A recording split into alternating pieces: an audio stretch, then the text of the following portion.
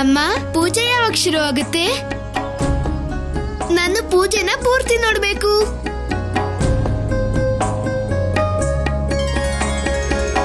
ಪೂಜೆ ಆರಂಭ ಆದಾಗ ನಿಮ್ಮ ತಾಯಿ ನಿಮ್ಮನ್ನ ಇಲ್ಲಿಗೆ ಕರೀತಾರೆ. ಅಲ್ಲಿ ತನಕ ನೀವೆಲ್ಲ ನಿಮ್ಮ ಕೊಠಡಿಲಿ ಓದ್ಕೊಳ್ತಾ ಇರಿ. ಸರಿಯಪ್ಪ. ಹೊರಡಿ. ಋಷಿವರ್ಯ, ವ್ರತ ಹಬ್ಬದ ಹಾಗೆ. ಇವತ್ತು ನೀವಿವ್ರನ್ನ ಓದೋಕೆ ಯಾಕೆ ಕಳ್ಸಿದ್ರಿ? ನಿಮ್ಮ ಹತ್ರ ಸ್ವಲ್ಪ ಮಾತಾಡಬೇಕು. ಹೇಳಿ. ದೇವಿ, ಇಷ್ಟು ದೊಡ್ಡ ವ್ರತನ ಅನುಷ್ಠಾನ ಮಾಡೋ ಮೊದಲು ನೀವು ಒಂದೇ ಒಂದು ಸಲ ಯೋಚನೆ ಮಾಡಬೇಕಾಗಿತ್ತು. ಆದರೆ ನೀವು ಮಾಡಲಿಲ್ಲ. ಮಹಾಸತಿ ಅನಸೂಯೆಯ ಪತಿ ಋಷಿ ಅತ್ರಿ ಇದನ್ನ ಕೇಳಬಹುದಾ ದೇವಿ? ನೀವು ಹೀಗ್ಯಾಕೆ ಮಾಡಿದ್ರಿ ಅಂತ ನಾನು ನಿಮ್ಮ ಹತ್ರ ಯಾಕೆ ಕೇಳಿಲ್ಲ ಗೊತ್ತಾ ಋಷಿವರ್ಯ? ಯಾಕಂದ್ರೆ ನನಗೆ ಗೊತ್ತಿತ್ತು ನೀವು ನನ್ನ ಈ ಯೋಚನೆಗೆ ಒಪ್ಪಿಗೆ ಕೊಡಲ್ಲ ಅಂತ. ವೈಚಾರಿಕ ಒಪ್ಪಿಗೆ ಅಂತೂ ಈಗಲೂ ಇಲ್ಲ ದೇವಿ. ಆದ್ರೆ ಪೂಜೆ ಕೆಲಸ ಈಗ ಶುರುವಾಗಿದೆ ಋಷಿವರ್ಯ. ಮತ್ತೆ ನೀವೊಬ್ಬ ಮಹಾಋಷಿ. ಈಗ ಪೂಜೆನ ಅರ್ಧಕ್ಕೆ ನಿಲ್ಸೋದಿಕ್ಕೆ ಹೇಳ್ಬಾರ್ದು ಋಷಿವರ್ಯ. ಯೋಚನೆ ಬದಲಾಯಿಸಿ ಅಂತ ಕೇಳಬಹುದಲ್ವಾ ದೇವಿ? ಖಂಡಿತ ಕೇಳಬಹುದು. ಹಾಗಾದ್ರೆ ಬದಲಾಯಿಸಿ ನಿಮ್ಮ ಪೂಜೆಯ ಅಭಿಲಾಷೆನ. ಬದಲಾಯಿಸ್ತೀನಿ ಋಷಿವರ್ಯ. ಆದ್ರೆ ಅದಕ್ಕೂ ಮೊದಲು ನೀವು ಶಿವನ್ಗೆ ಹೋಗಿ ಹೇಳಿ, ಅವನ ಮನಸ್ಸನ್ನ ಬದಲಾಯಿಸೋದಿಕ್ಕೆ. ಯಾವಾಗ ಅವನು ತನ್ನ ಮನಸ್ಸನ್ನು ಬದಲಾಯಿಸ್ತಾನೋ ಆಗ ನಾನು ನನ್ನ ಮನಸ್ಸನ್ನ ಬದಲಾಯಿಸ್ತೀನಿ. ಋಷಿವರ್ಯ, ನೀವೇನಾದ್ರೂ ಮಾಡೋದಾದ್ರೆ ಈ ವ್ರತ ಮಾಡೋದ್ರಲ್ಲಿ ನನಗ್ ಸಹಾಯ ಮಾಡಿ. ನಾನು ಈ ವ್ರತವನ್ನ ನನ್ನ ಮಕ್ಕಳಿಗೋಸ್ಕರ ಮಾಡ್ತಿದ್ದೀನಿ. ಅವರ ಆರೋಗ್ಯ ಮತ್ತು ಸುರಕ್ಷತೆಗಾಗಿ ಮಾಡ್ತಿದ್ದೀನಿ. ಮತ್ತು ಒಬ್ಬ ತಾಯಿಗೆ ಇದು ತಪ್ಪಂತೂ ಅಲ್ಲ ಅಲ್ವಾ? ಅಲ್ಲದೆ ಶಾಸ್ತ್ರದ ಪ್ರಕಾರ ಯಾವ ಪೂಜೆನ ಪತಿ ಪತ್ನಿ ಒಟ್ಟಿಗೆ ಮಾಡೋದಿಲ್ವೋ ಅದು ಸಫಲ ಆಗೋದಿಲ್ಲ ಋಷಿವರ್ಯ. ಪ್ರಣಾಮಗಳು ಋಷಿಗಳೇ.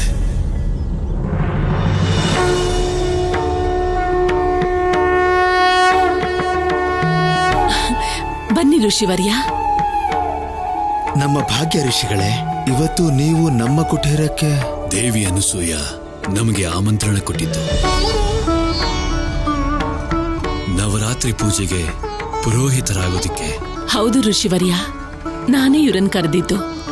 ನಿಮ್ಗೆ ಈ ವಿಷಯ ಮೊದಲೇ ಯಾಕೆ ಹೇಳಿಲ್ಲ ಅಂದ್ರೆ ನನ್ಗನ್ನಿಸ್ತು ನೀವು ಇವರನ್ನ ಇದ್ದಕ್ಕಿದ್ದ ಹಾಗೆ ನೋಡಿದ್ರೆ ಸಂತೋಷ ಪಡ್ತೀರಾ ಅಂತ.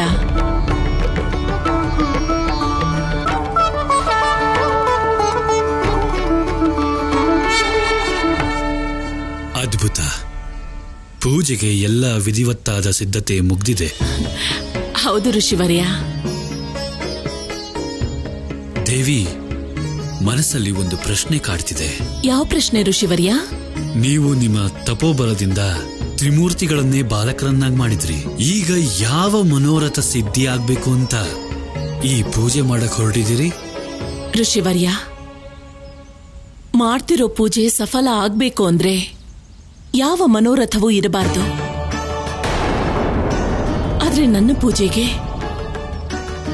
ಮನೋರಥ ಇದೆ ಋಷಿವರ್ಯ. ಅದನ್ನ ತಿಳ್ಕೊಳ್ಳೋ ಉತ್ಸಾಹನೇ ಮನಸ್ಸಲ್ಲಿ ಕಾಡ್ತಾ ಇದೆ. ನನ್ನ ಆಸೆ ಇಷ್ಟೇ, ನನ್ನ ಬಾಲಶಿವ ಯಾವತ್ತೂ ಮಹಾದೇವ ಆಗ್ಬಾರ್ದು.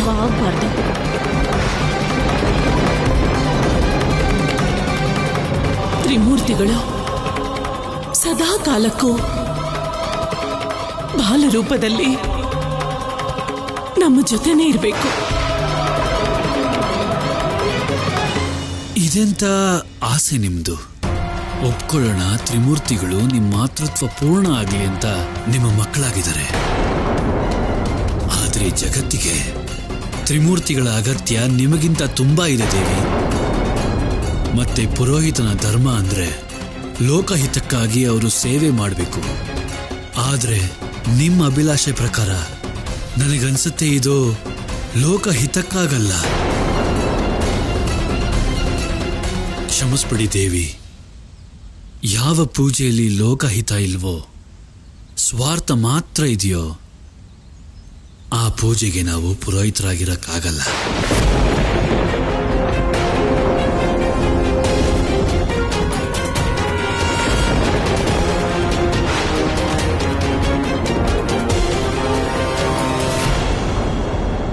ನವರಾತ್ರಿ ಸಿದ್ಧತೆ ಪೂರ್ತಿಯಾಗಿದೆ.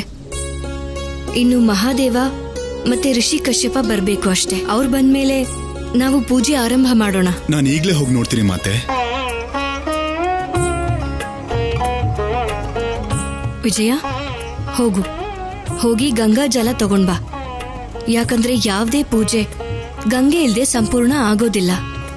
ಹಾ, ಈಗ್ಲೇ ತರ್ತೀನಿ.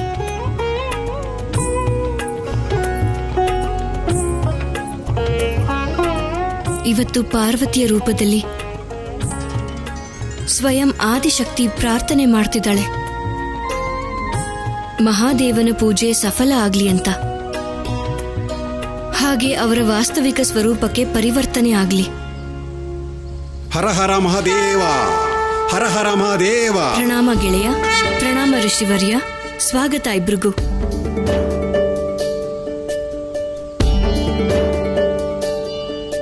ಮಾತೆ, ಇದು ನನ್ನ ಸೌಭಾಗ್ಯ.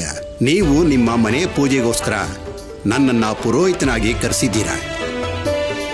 ಬನ್ನಿ, ಪೂಜೆ ಆರಂಭ ಮಾಡೋಣ.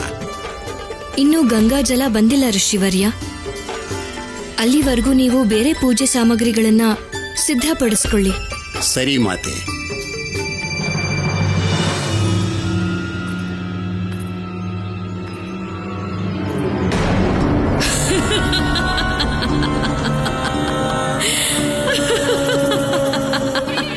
ಯಾರ್ ನೀನು?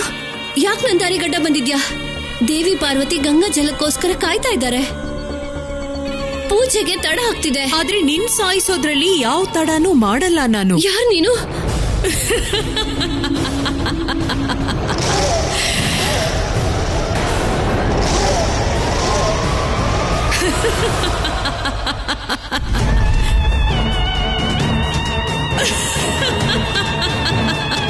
ನನ್ನನ್ನ ದಾರಿಲಿ ಯಾಕೆ ತಡೆದಿದ್ಯಾ? ಇದರ ಪರಿಣಾಮ ಖಂಡಿತ ಸರಿಯಾಗಿರೋದಿಲ್ಲ.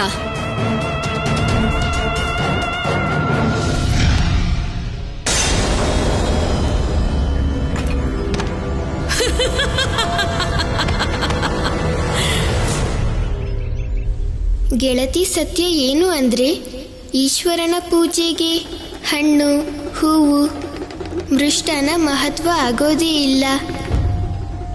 ಮಹತ್ವಪೂರ್ಣ ಆಗೋದು ಹೃದಯದ ಭಾವ. ಮತ್ತೆ ಇವೆಲ್ಲ ನಮ್ಮ ಅದೇ ಭಾವಕ್ಕೆ ಸಕಾರ ರೂಪ. ಇದನ್ನ ನಾವು ನಮ್ಮ ಭಕ್ತಿ ರೂಪದಲ್ಲಿ ಭಗವಂತನಿಗೆ ಅರ್ಪಣೆ ಮಾಡ್ತೀವಿ. ಭಗವಂತನ ತಲುಪೋದಕ್ಕೆ ನಿರಾಕಾರ ಭಕ್ತಿಗೆ ಇದು ಮೊದಲನೇ ಹೆಜ್ಜೆ ಗೆಳತಿ. ಆದ್ರೆ ಪ್ರತಿ ದೇವಿ ದೇವತೆನ ಪೂಜೆ ಮಾಡೋ ವಿಧಿವಿಧಾನ ಬೇರೆ ಬೇರೆ ಯಾಕೆ? ವಿಧಾನ ಏನೇ ಇದ್ರೂ ಗುರಿ ಒಂದೇ. ಭಗವಂತನ ತಲುಪೋದಕ್ಕಿರೋದು ಒಂದೇ ಮಾರ್ಗ ಋಷಿವರ್ಯ. ನಾವಿಬ್ರೇ ಇದಕ್ಕೆ ಉದಾಹರಣೆ. ಹೇಗೆ ಪ್ರಭು? ಋಷಿವರ್ಯ, ನಾವಿಬ್ರು ಇಲ್ಲಿಗೆ ಬೇರೆ ಬೇರೆ ಮಾರ್ಗದಲ್ಲಿ ನಡ್ಕೊಂಡು ಬಂದ್ವಿ.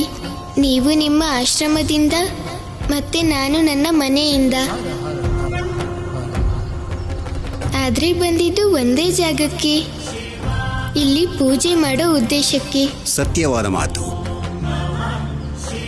ಮತ್ತೆ ಇನ್ನೊಂದು ಸತ್ಯ ಏನು ಅಂದ್ರೆ ಮಹತ್ವಪೂರ್ಣ ಆಗೋದು ಮಾರ್ಗ ಅಲ್ಲ, ಮಹತ್ವಪೂರ್ಣ ಆಗೋದು ಗುರಿ.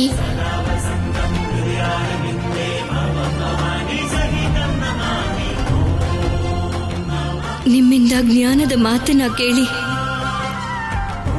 ಕಮ್ಮಿ ಆಗ್ತಿದ್ದ ನನ್ನ ಆಸೆ ಮತ್ತೆ ಹೆಚ್ಚಾಗ್ತಿದೆ ಮಹಾದೇವ. ನಿಮ್ಮ ಜ್ಞಾನ ಮಹಾದೇವನ ರೀತಿಯೇ ನನಗನ್ನಿಸ್ತಾ ಇದೆ. ಖಂಡಿತವಾಗ್ಲೂ ಇದು ನೀವು ನನ್ನ ಮಹಾದೇವ ಆಗೋ ಶುಭ ಸಂಕೇತ ಆಗಿದೆ. ಈ ಗಂಗಾ ಜಲ ತಗೊಂಡು ಪಾರ್ವತಿ ಹತ್ರ ಯಾರು ಹೋಗ್ತಾರೆ? ನಿಮ್ಮಲ್ಲಿ ನೀನ್ ಹೋಗ್ತೀಯ.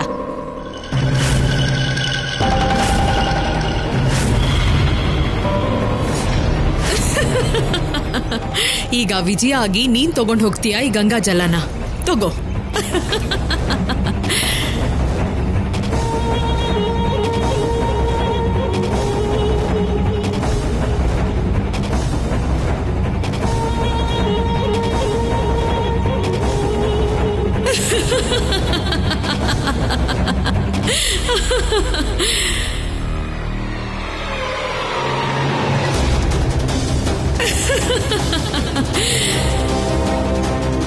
ಈಗ ಇದು ಗಂಗಾ ಜಲ ಅಲ್ಲ, ಕೊಳಕು ಜಲ. ಈಗ ಹೋಗು. ಏನು ತಪ್ಪಾಗೋ ಹಾಗಿಲ್ಲ. ಏನಾದ್ರೂ ಆದ್ರೆ ನಿನ್ನ ಆಗೋದಿಲ್ಲ ರಾಜ್ಕುಮಾರಿ. ಜೀವದ ಮೇಲೆ ನನಗೆ ತುಂಬಾ ಪ್ರೀತಿ, ಮತ್ತೆ ನಿನ್ ಸೇವೆ ಮಾಡೋದು ಅಂದ್ರೆ ಇನ್ನೂ ಹೆಚ್ಚು ಪ್ರೀತಿ.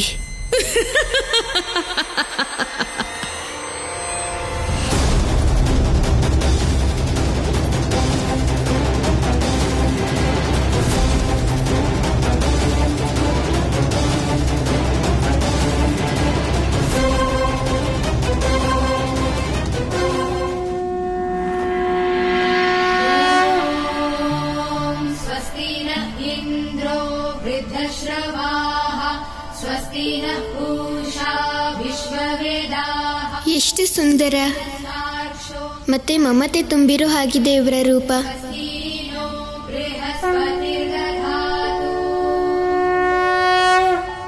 ತಾಯಿ ದುರ್ಗಾದೇವಿ, ನಾನು ನನ್ನ ಗೆಳತಿ ಪಾರ್ವತಿಗೆ ಮಾತು ಕೊಟ್ಟಿದ್ದೀನಿ, ಅವರನ್ನ ಅವ್ರ ಮಹಾದೇವನ ಹತ್ರ ಸೇರಿಸ್ತೀನಿ ಅಂತ. ನಾನು ಮಾಡೋ ಪ್ರಾರ್ಥನೆ ಏನು ಅಂದ್ರೆ, ನೀವು ನನ್ನ ಆಸೆನ ಈಡೇರಿಸಬೇಕು. ಹೇ ಮಾತೆ ದುರ್ಗಾ, ತ್ರಿಮೂರ್ತಿಗಳು ತಮ್ಮ ಶಕ್ತಿಗಳನ್ನ ಸೇರಿಸಿ ನಿಮಗೆ ಅಸ್ತಿತ್ವ ಕೊಟ್ಟಿದ್ರು. ಈಗ ಆ ತ್ರಿಮೂರ್ತಿಗಳೇ ತಮ್ಮ ಸ್ವರೂಪನ ಮರೆತು ಬಾಲಕರಾಗಿದ್ದಾರೆ.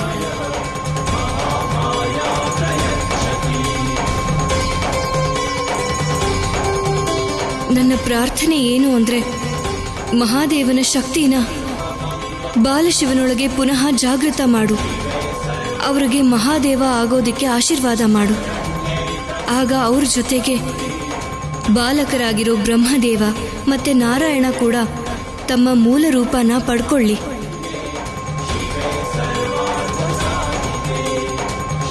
ಅದೇ ರೀತಿ ಜಗತ್ತಿಗೆ ಬಂದಿರೋ ಈ ಸಂಕಷ್ಟ ಮುಗಿದು ಹೋಗ್ಲಿ. ನನ್ನ ಮತ್ತೆ ಮಹಾದೇವನ ವಿರಹಕ್ಕೆ ಅಂತ್ಯ ಕೊಡು ತಾಯಿ.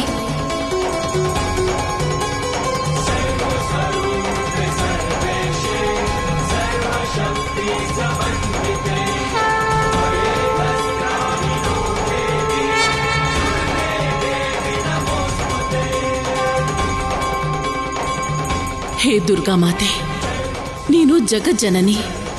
ಒಬ್ಬ ತಾಯಿ ಮನಸ್ಸನ್ನ ನಿನಗಿಂತ ಹೆಚ್ಚು ಯಾರು ಅರ್ಥ ಮಾಡ್ಕೋತಾರಮ್ಮ? ನನ್ನ ಪ್ರಾರ್ಥನೆ ಇಷ್ಟೇ ತಾಯಿ, ಈ ತಾಯಿಯಿಂದ ತನ್ನ ಮಗನನ್ನ ದೂರ ಆಗೋ ಹಾಗೆ ಮಾಡಬೇಡ. ನವರಾತ್ರಿಯ ಮೊದಲನೇ ದಿನ ಮೂರ್ತಿ ಸ್ಥಾಪನೆ ಆದ ಮೇಲೆ ಪೂಜೆ ಪ್ರಾರಂಭ ಮಾಡೋಕ್ಕೂ ಮೊದಲು ಕಲಶ ಸ್ಥಾಪನೆ ಮಾಡಬೇಕು ದೇವಿ.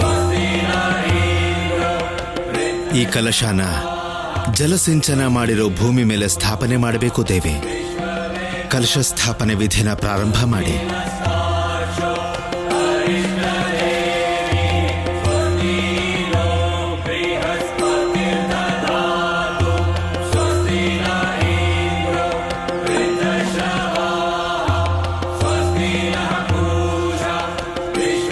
ಕಲಶ ಸಂಪೂರ್ಣ ಬ್ರಹ್ಮಾಂಡದ ಪ್ರತೀಕ ಆಗಿದೆ. ಮುದ್ರೆ ಅರಿಶಿಣದ ಕೊಂಬು ಮತ್ತು ಅಡಿಕೆನ ಕಲಶದ ನೀರಿನಲ್ಲಿ ಹಾಕಬೇಕು. ಅದರ ಮೇಲೆ ಮಾವಿನ ಎಲೆನ ಇಡಬೇಕು. ಮಾತೆ, ಕಲಶಕ್ಕೆ ಗಂಗಾಜಲ ಹಾಕಬೇಕು. ವಿಜಯ ಗಂಗಾಜಲ ತಗೊಂಡು ಇನ್ನೇನ್ ಬಂದ್ಬಿಡ್ತಾಳೆ ಋಷಿವರ್ಯ.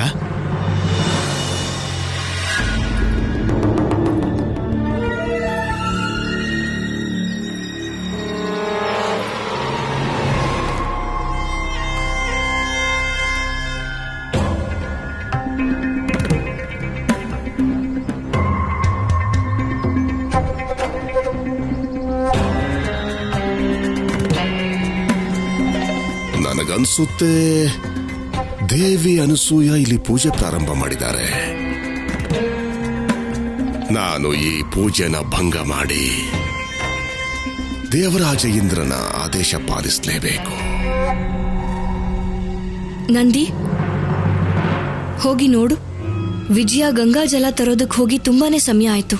ಸರಿ ಮಾತೆ. ವಿಜಯ ಬರ್ತಿದ್ದಾಳೆ ಮಾತೆ.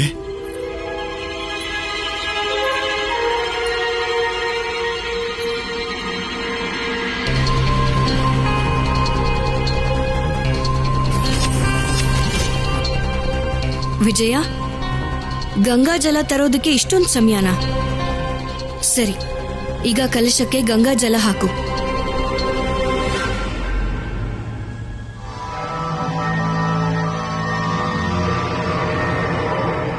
ರಾಜ್ಕುಮಾರಿ ಅಜಾಮುಖಿ, ಎಷ್ಟು ಸುಲಭವಾಗಿ ನಾನು ಪೂಜೆ ಭಂಗ ಮಾಡ್ಬಿಟ್ಟೆ. ಈಗ ನೀವ್ ಕೊಡೋ ಉಡುಗೊರೆನ ತಗೊಳ್ಳೋದಕ್ ಬರ್ತೀನಿ.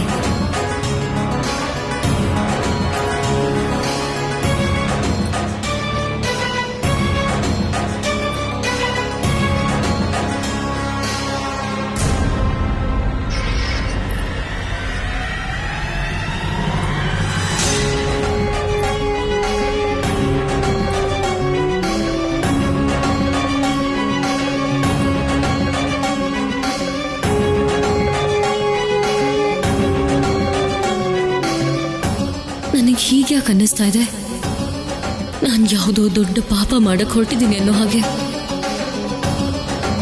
ಬೇಗ ಗಂಗಾಜಲನ ಕಲಶದ ಪಾತ್ರೆಗೆ ಹಾಕಿ.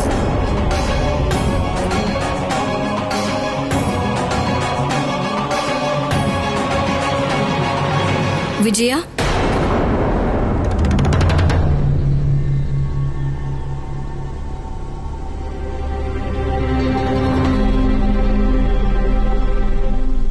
ನಿನ್ ದೀಪಕ್ಕೆ ಯಾಕೆ ತುಪ್ಪ ಹಾಕಿಲ್ಲ? ಯಾವ ಕೆಲ್ಸನೂ ಸರಿಯಾಗಿ ಮಾಡ್ತಿಲ್ಲ ನೀನು. ಹೋಗು, ಮೊದಲು ತುಪ್ಪ ತಗೊಂಡ್ ಬಾ, ಆಮೇಲೆ ಕಲಶಕ್ಕೆ ನೀರ್ ಹಾಕು. ನನಗೆ ಈ ಮನೆ ಬಗ್ಗೆ ಏನೂ ಗೊತ್ತಿಲ್ಲ. ಎಲ್ಲಿ ಏನಿರುತ್ತೋ ಅದು ಗೊತ್ತಿಲ್ಲ. ಹೇಗ್ ತಗೊಂಡ್ ಬರ್ಲಿ ತುಪ್ಪನ? ಈಗ ನನ್ ಬಣ್ಣ ಬಯಲಾಗೋಗುತ್ತೆ ಅನ್ಸುತ್ತೆ. ಯಾಕಿಷ್ಟು ತಡ ಮಾಡ್ತಿದ್ದಾಳೆ ಇವಳು? ಇಷ್ಟರಲ್ಲಿ ಬರ್ಬೇಕಾಗಿತ್ತಲ್ಲ. ಅಲ್ಲಿ ಅವಳ ಗುಟ್ಟೇನಾದ್ರೂ ಗೊತ್ತಾಗೋಯ್ತಾ? ವಿಜಯ, ನೀನಿನ್ನೂ ಇಲ್ಲೇ ನಿಂತಿದ್ಯಾ? ಹೋಗು, ಬೇಗ ಹೋಗಿ ಅಡ್ಗೆ ಮನೆಯಿಂದ ತುಪ್ಪ ತಗೊಂಡ್ ಬಾ. ಪೂಜೆಗೆ ತಡ ಆಗ್ತಿದೆ.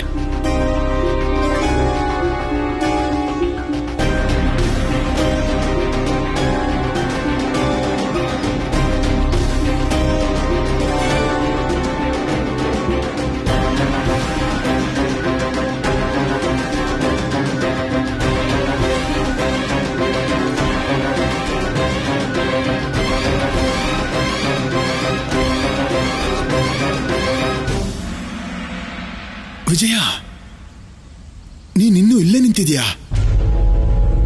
ಸರಿ ಬಿಡು, ನಾನೇ ಹೋಗಿ ತುಪ್ಪ ತಗೊಂಡ್ ಬರ್ತೀನಿ. ಸತ್ಯದ್ರಲ್ಲೇ ಬಚಾವಾದೆ. ಇವಾಗ ಕಳಶದಲ್ಲಿ ಅಪಶುದ್ಧ ಜಲ ಹಾಕ್ಬಿಡ್ತೀನಿ.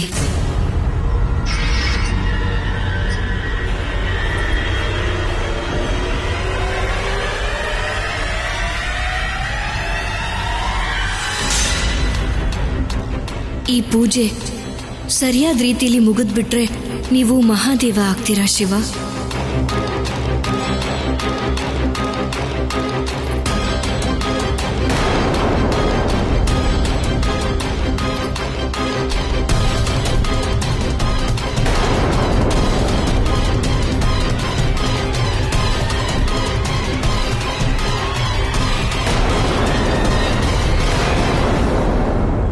ಅಲ್ಲ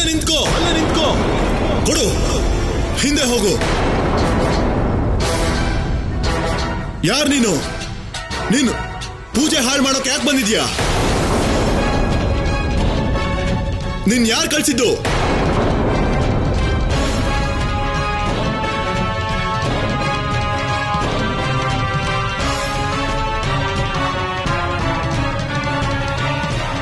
ನೀನೇನ್ ಹೇಳ್ತಾ ಇದ್ಯಾ ನಂದಿ? ನೀನ್ ವಿಜಯ ಹತ್ರ ಯಾಕೆ ಈ ತರ ಮಾತಾಡ್ತಾ ಇದ್ಯಾ? ಮಾತೆ, ಇವಳು ವಿಜಯ ಅಲ್ಲ, ಇವಳು ಬೇರೆ ವೇಷಧಾರಿ. ಇವಳು ಯಾರೋ ಕಳ್ಸಿರೋಂತ ಗುಪ್ತಚಾರಿಣಿ. ಇವಳು ನಿಮ್ಮ ಮತ್ತೆ ಪ್ರಭುಗಳ ಪೂಜೆನ ಭಂಗ ಮಾಡಕ್ಕೆ ಬಂದಿದ್ದಾಳೆ. ಮಾತೆ, ಇದು ಗಂಗಾ ಜಲನೂ ಅಲ್ಲ, ಇದು ಕಲ್ಮಶ ಸೇರಿರೋ ಅಪವಿತ್ರ ಜಲ.